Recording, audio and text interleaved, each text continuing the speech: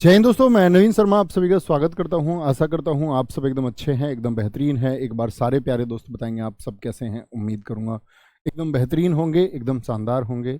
और दोस्त, हम लोग पढ़ रहे थे संधि को, जिसकी आज अंतिम क्लास होगी। और हम लोग विसर्ग संधि का अभ्यास कर रहे थे और विसर्ग संधि के कुछ नियमों को हम पढ़ रहे थे। उम्मीद करूंगा आप सबको वो नियम समझ में आए होंगे। तो आज की क्लास को हम आगे बढ़ाएंगे और कुछ और नियम हैं, मतलब 3-4 नियम और हैं, और फिर हमारा ये विसर्ग संधि खत्म हो जाएगा। ठीक है, तो शुरू करते हैं दोस्त आज की क्लास को। इसको अच्छे से समझना। पिछले नियमों में कोई दिक्कत तो नहीं हुई? आपने शब्द, अच्छे छात्रों से उम्मीद करूंगा उन्होंने हर एक नियम के 2-4 शब्दों के निर्माण का प्रयास किया होगा। और जब वो प्रयास करते होंगे तो सफल जरूर होते होंगे, क्योंकि जीवन में दोस्त आप लोग जब जब प्रयास करेंगे तब तब आप सफलता की तरफ बढ़ेंगे। तो आज के इस नियम को शुरू करते हैं। क्या पढ़ रहे थे हम? आपका विसर्ग संधि को पढ़ रहे थे। विसर्ग संधि को हम पढ़ रहे थे। और विसर्ग संधि का एक नियम है, बड़ा अच्छा नियम है, और कहूँ तो सबसे महत्वपूर्ण भी है। जैसे मैंने कहा, स्वर संधि में सबसे ज्यादा प्रश्न पूछे जाने का जो वेटेज रहता है वह रहता है आपका यण संधि से। उसी प्रकार से विसर्ग में इस नियम का सबसे ज्यादा वेटेज रहता है, सबसे ज्यादा पूछा जाता है। जैसे नियम क्या है, कह रहा है कि कभी स्वर के साथ में विसर्ग है, यानी स्वर है और उसके साथ में विसर्ग है, यानी स्वर है और उसके साथ विसर्ग है, और साथ में कोई घोष वर्ण भी यदि आ जाए। अब मैं दोस्त उम्मीद करूंगा आप लोग जानते होंगे घोष वर्ण, कई बार नाम आया है घोष वर्ण, हमने वर्णमाला में भी पढ़ा था। तो आप बता सकते हैं कि घोष वर्ण क्या होता है? तो आप कहेंगे जी घोष वर्ण भैया 3 4 5, अंतस्थ 11 लावा, और ऊष्मीय का है भी, यानी 5-6 हो गए। और सभी स्वर ये किस में आते हैं? घोष वर्ण में। यदि ये कभी मिलेंगे आपस में तो क्या होगा? तो एक आधे रे का निर्माण होगा। ये कैसा रे है? एक बार सारे दोस्त बताएंगे ये कैसा रे है, तो आप कहेंगे जी ये आधा रे है, क्योंकि रे में हलंत है। कोई दिक्कत, कोई परेशानी? किस प्रकार से? थोड़ा उदाहरण के माध्यम से ही ज्यादा समझ में आता है। देखिए, जैसे मैं इसका एक उदाहरण आप लोगों को, यहां पर आप लोगों को देखने को मिलेगा। नीही धन धन, निही धन धन मिलकर के क्या बनाएगा? निही धन धन। बड़े अच्छे से देखना। तो आप कहेंगे भैया यहां पर क्या है? न में दोस्त क्या है आपका? लघु ई है।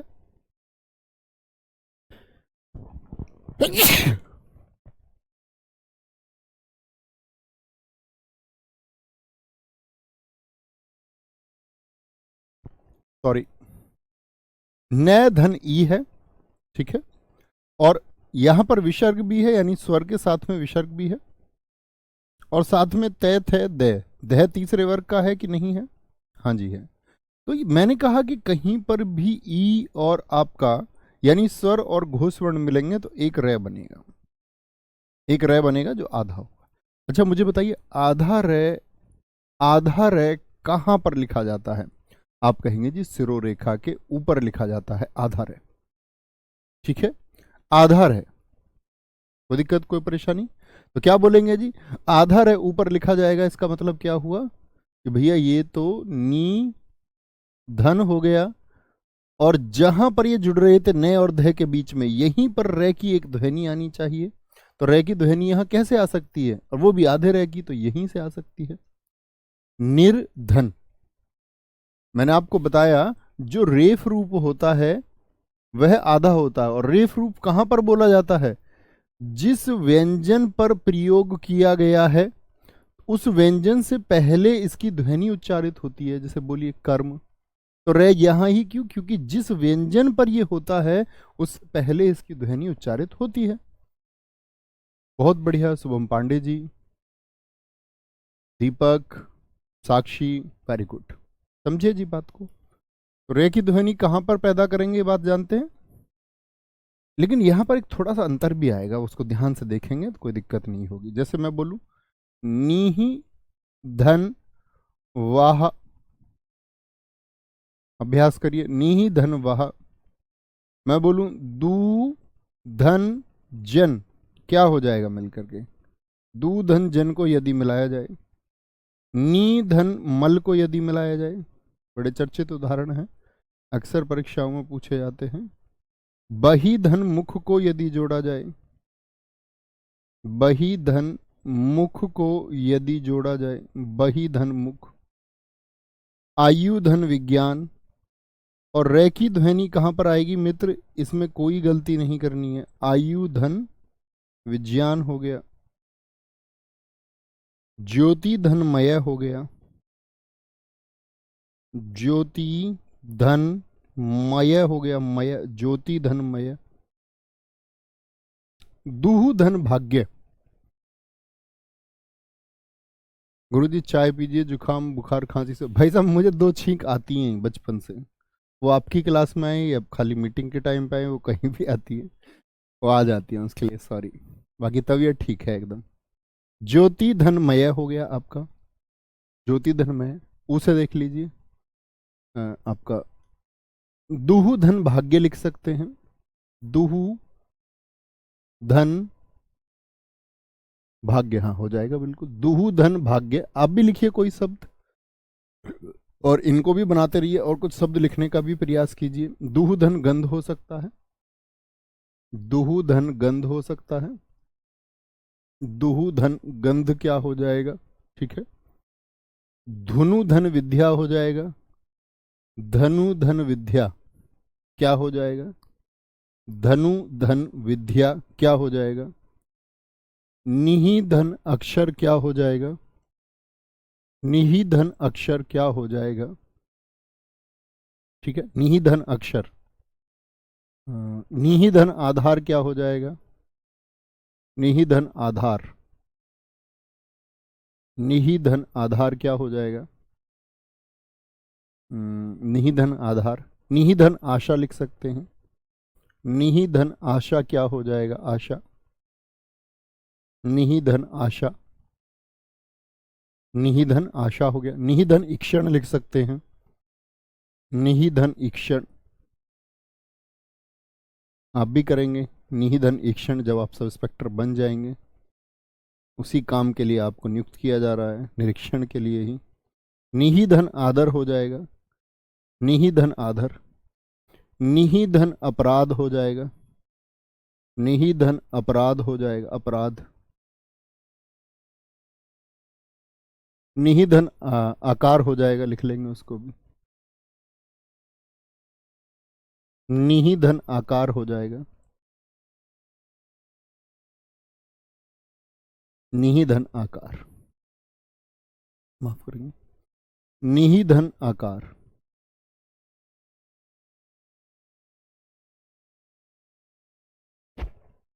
बताइए,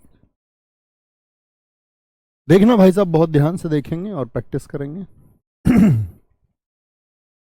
री की जो ध्वनि है, रे की ध्वनि कहाँ आएगी ये सब जान चुके कि कहाँ उसको पैदा करना है, जहां पर जोड़ है तो न और वे के बीच में पैदा करना है। अब न और वे के बीच में पैदा करना है तो बताएं जरा, मैं इसको ऐसे लिखूं निर्वाह, या मैं इसको ऐसे लिखूं निर्वाह? ये मैंने हिंदी व्याकरण में ही आपको सिखाया था, जब पहली क्लास हमने वर्णमाला की और रेफ रूप को पढ़ा, तो मैंने कहा था कि शब्दों को जब आप लिखें, देखो इसका स्थान बीच में आएगा, नो डाउट। कहां आएगा स्थान इसका? बीच में आएगा।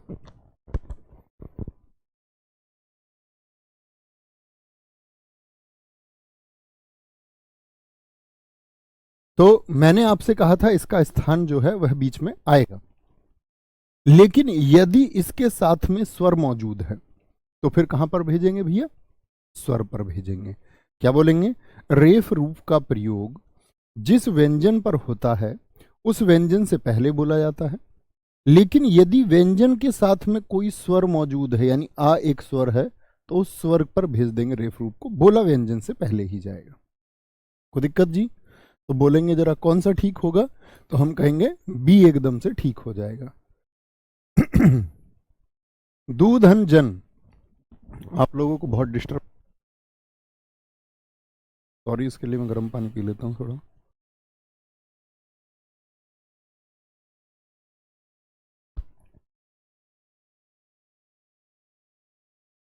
हेलो,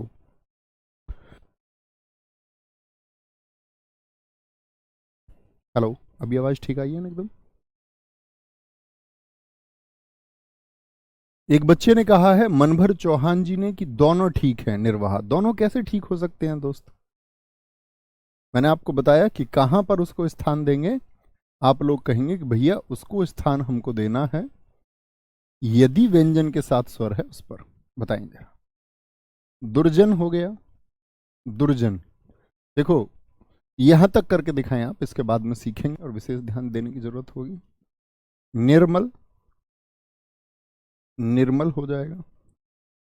बहिर्मुख हो जाएगा। क्या हो जाएगा? बहिमुख। ये लिख लीजिए पहले। ध्वनि है और मैं के बीच में पैदा करनी है तो स्थल कहां पर आएगा? मैं के, क्योंकि कोई स्वर नहीं है तो व्यंजन पर ही प्रयोग होगा। आयु विज्ञान तो एक साथ लिख जी लीजिए पहले। कभी भी इस रे में गलती ही नहीं करनी है, आपको स्वयं पता होना चाहिए कि इसकी प्रयोग कहां पर होगा। ये और वह के बीच में होगा, कि स्वरों का कोई मतलब ही नहीं। तो ये और वह के बीच में होगा तो ये और वी के बीच में होगा, तो कहाँ प्रयोग होना चाहिए? वह पर होना चाहिए, तभी तो बोलेंगे आयुर्विज्ञान। आयुर बीच में आएगी ध्वनि। ज्योतिर्मय तो कहां पर? तो ज्योति और मय को लिख लीजिए। ज्योति और मय को देख लीजिए और ध्वनि देखिए कहां पर आएगी। ज्योतिर्मय तो कहां पर चाहिए? तैसे पहले चाहिए ना। ज्योतिर तैसे पहले कि मैं से पहले? मैं से पहले चाहिए। ज्योतिर क्या बोलेंगे? तो यहां पर क्या बोलेंगे? ज्योतिर्मय। ये ठीक होगा। या मैं आपसे बोल दूं कि मुझको ध्वनि जी तय के बाद में चाहिए और मैं से पहले चाहिए, तो ये ठीक होगा। बोलेंगे जी कौन सा ठीक होगा? इसको ए नाम दे देते हैं, इसको बी। इतनी देर से मैंने आपको क्या सिखाया, तो आप एक बार बताएंगे कौन सा ठीक होगा, ए या बी? सारे दोस्तों का उत्तर मैं चाहता हूं। दुर्भाग्य, दुर्भाग्य अगर स्वर है तो उसी पर प्रयोग होगा। फिर दुर्गंध होगा। क्या बोलोगे? दुर्गंध होगा। धनुर्विद्या होगा। धनु धन विद्या होगा। और धनुर की आवाज चाहिए ध्वनि, तो यहां से आएगी, यहां से आएगी। बोलेंगे जी एक बार। सारे दोस्तों ने कहा बी ठीक है, कुछ दोस्त ए बी कह रहे हैं। ए देख, एक को अगर बोलेंगे ना तो ज्योरित। क्या बोलेंगे? जो, ये ध्वनि जाएगी यहां पर ज्योरिति। क्या हो जाएगा ये? अगर आप इसको ऐसे लिखेंगे जो ए लिख रहे हैं दोस्त, आप इसको बोलो। मैंने क्या सिखाया आपको? रेफ रूप का प्रयोग जिस व्यंजन पर है उससे पहले उसका उच्चारण होगा, यानी इसकी ध्वनि कहाँ गई? यहां। तो बोलिए ज्योरिति। ज्योरिति में होगा। ज्योरिति में शब्द है या ज्योतिर्मय शब्द है? तो बी एकदम से ठीक हो जाएगा। ज्योतिर्मय शब्द होता है। क्या हो जाएगा? ज्योतिर्मय शब्द होता है जी। कभी गलत ना करें, कभी गलती अशुद्धि आपसे नहीं होनी चाहिए। बी ठीक है एकदम से। अरे बड़े कमाल की बात है, कुछ दोस्त अभी भी ए लिख रहे हैं। ज्यादातर बच्चों ने बी लिखा है। कुछ दोस्त मेरे समझाने के बावजूद भी ए लिख रहे हैं। ये तो बड़ी गलती बात है। इसका देखिए ना उच्चारण कहां होगा। अब देखो, जैसे अंतरराष्ट्रीय शब्द होता है, अंतरराष्ट्रीय शब्द यदि मैं लिख दूं, समझे? एक तो ये तरीका। एक मैंने लिख दिया अंतरराष्ट्रीय, अंतरराष्ट्रीय। अब मुझे ये बताइए, अंतरराष्ट्रीय को जब मैं लिखता हूं तो मुझको रे की ध्वनि की आवश्यकता है। तो कहां पर चाहिए ये ध्वनि मुझको? अंतर।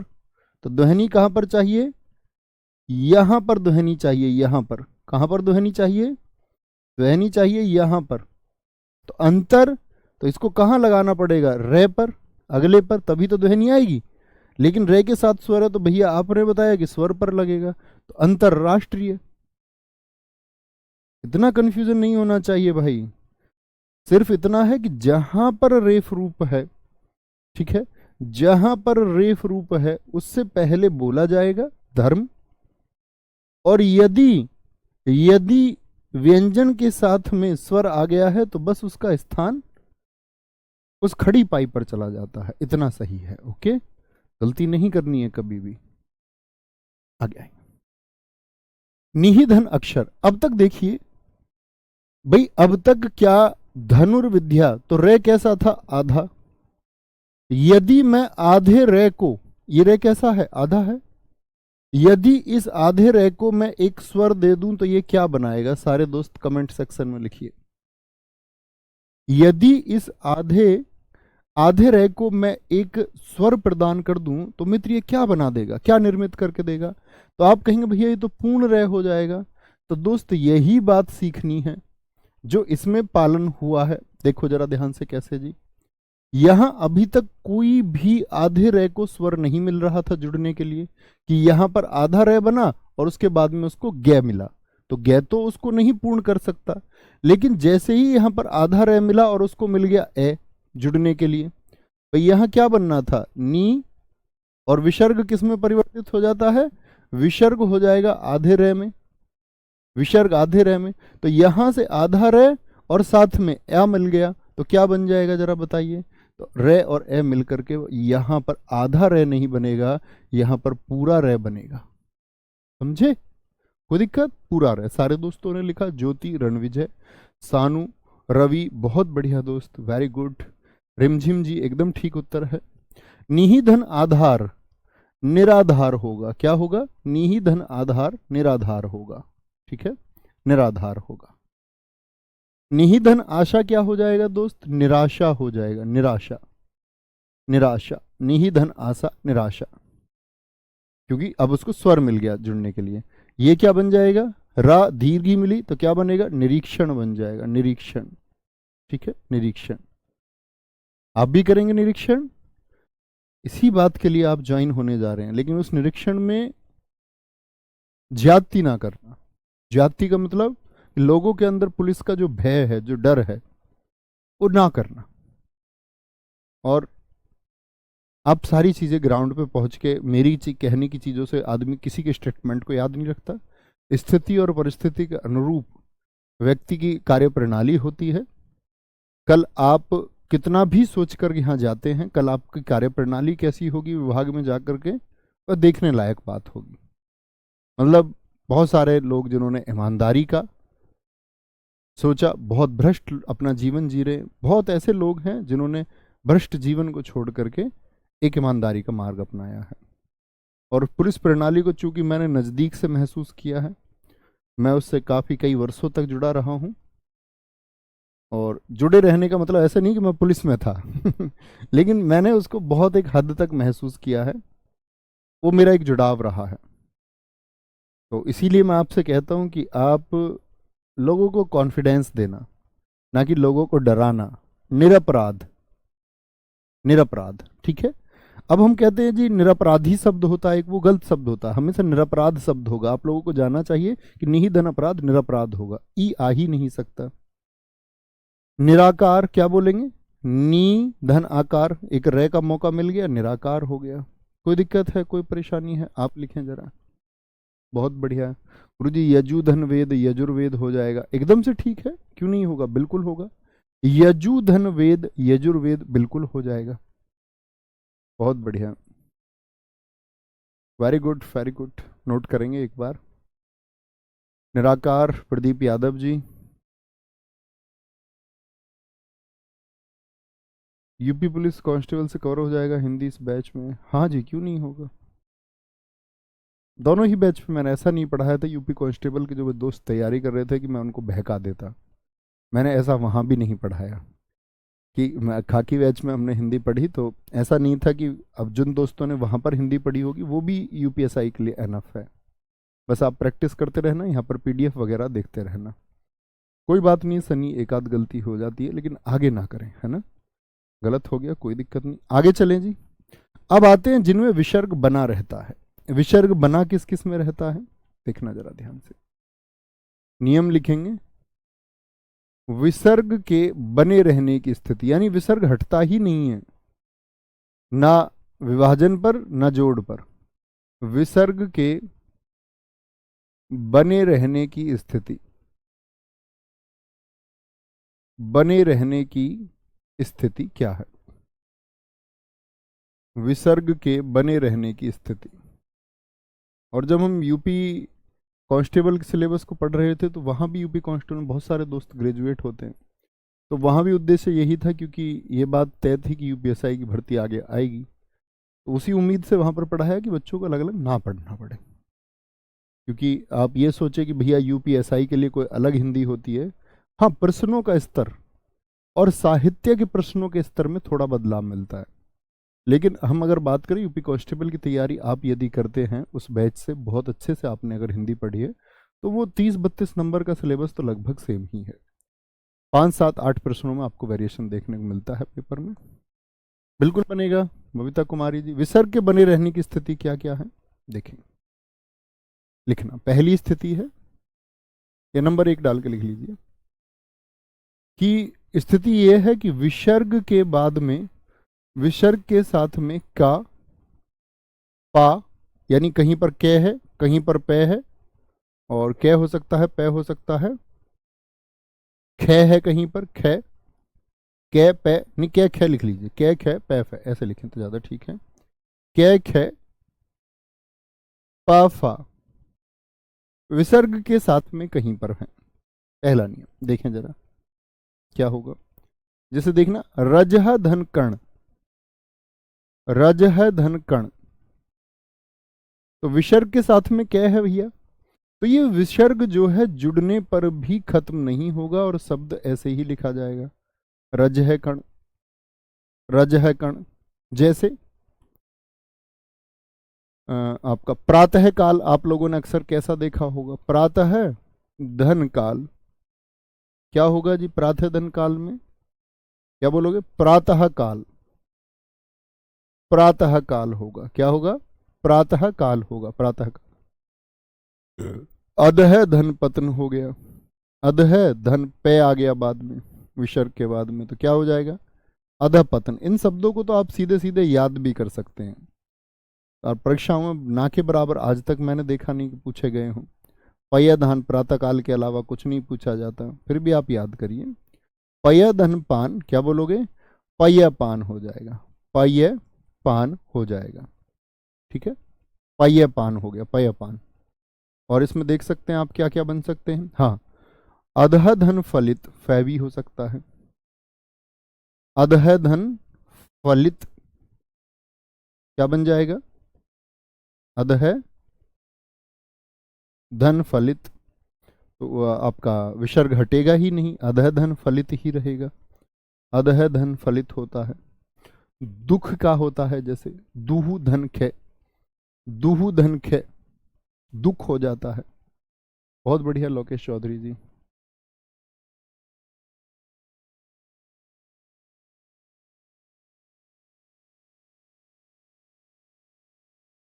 Very good, very good.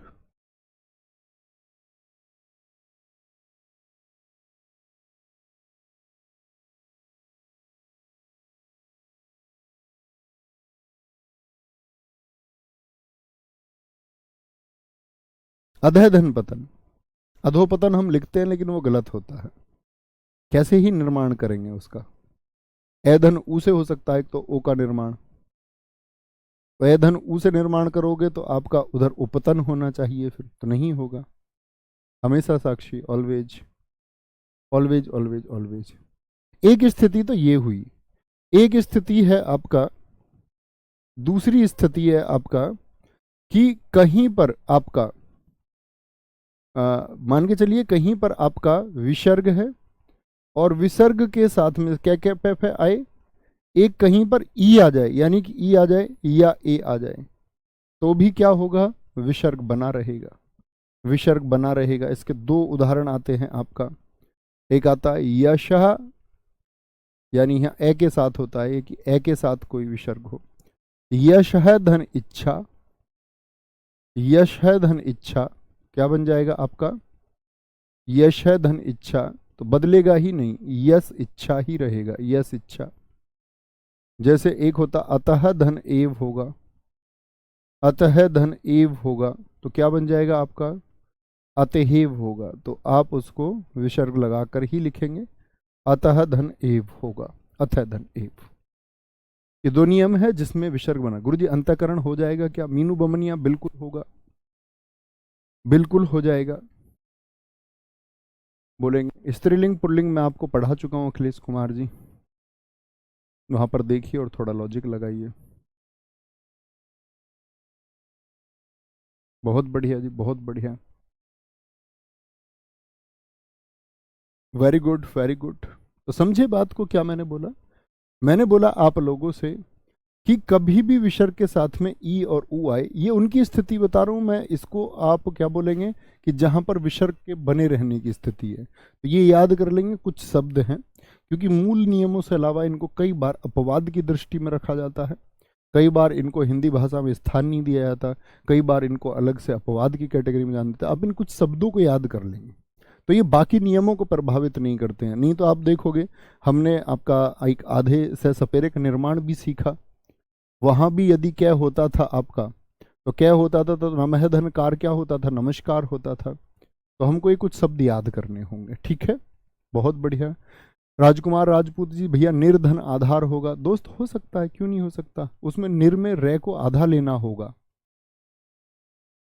निर को आधा लेना होगा, ठीक है मित्र? बहुत बढ़िया जी, ठीक है। तो यहीं तक हमारा आपका ये संधि का सिलेबस था। आपके पास आज का कुछ समय बचेगा तो उसमें आप एक रिवीजन कर सकते हैं, और कल हम विषय पढ़ रहे होंगे, आपका मतलब अगला अध्याय शुरू कर रहे होंगे, उपसर्ग और प्रत्यय। उपसर्ग और प्रत्यय की तरफ हम चलेंगे। उपसर्ग और प्रत्यय को जैसे ही पढ़ेंगे उसके बाद में हम अव्यय को पढ़ेंगे, अव्यय क्या होता है, और यहाँ पर हमारा ग्रामर का पोर्शन लगभग खत्म हो जाएगा, एक आध दो चीज़ें शायद बचेंगी। फिर हम शब्दों की तरफ चलेंगे, वोकेब की तरफ, वहाँ हम लोग बहुत विस्तार से समझेंगे शब्दों के अर्थ को, वहाँ हम अतिरिक्त चीज़ें भी जान पाएंगे, ठीक है? तो जरूर पढ़ेंगे इसको ध्यान से, एक बार रिवीजन कर लेना। और अब आप चाहें तो मस्ती कर लें आधे घंटे, और चाहें तो आधे घंटे आप बैठ करके एक बार देख लें कि क्या क्या चीज़ें थी। क्योंकि दोस्त, जब जब हम मेहनत करेंगे तब तक, कहते ना कि मन इतना चंचल होता है, वह आपको आराम की तरफ भेजना चाहता है, वह आपको हमेशा मैसेज देने का प्रयास करेगा कंफर्ट, कंफर्ट जोन में पहुंचने का। क्योंकि हम लोगों को लगता है कि मानव को भी यही लगता है कि कंफर्ट जोन सबको चाहिए, तो उस मन को भी चाहिए। लेकिन जब जब मन ऐसा मैसेज देता है तो आपको उसको एक रिवर्स मैसेज देना है, एक प्रतिक्रिया उस पर करनी है कि नहीं, अभी तो अभी।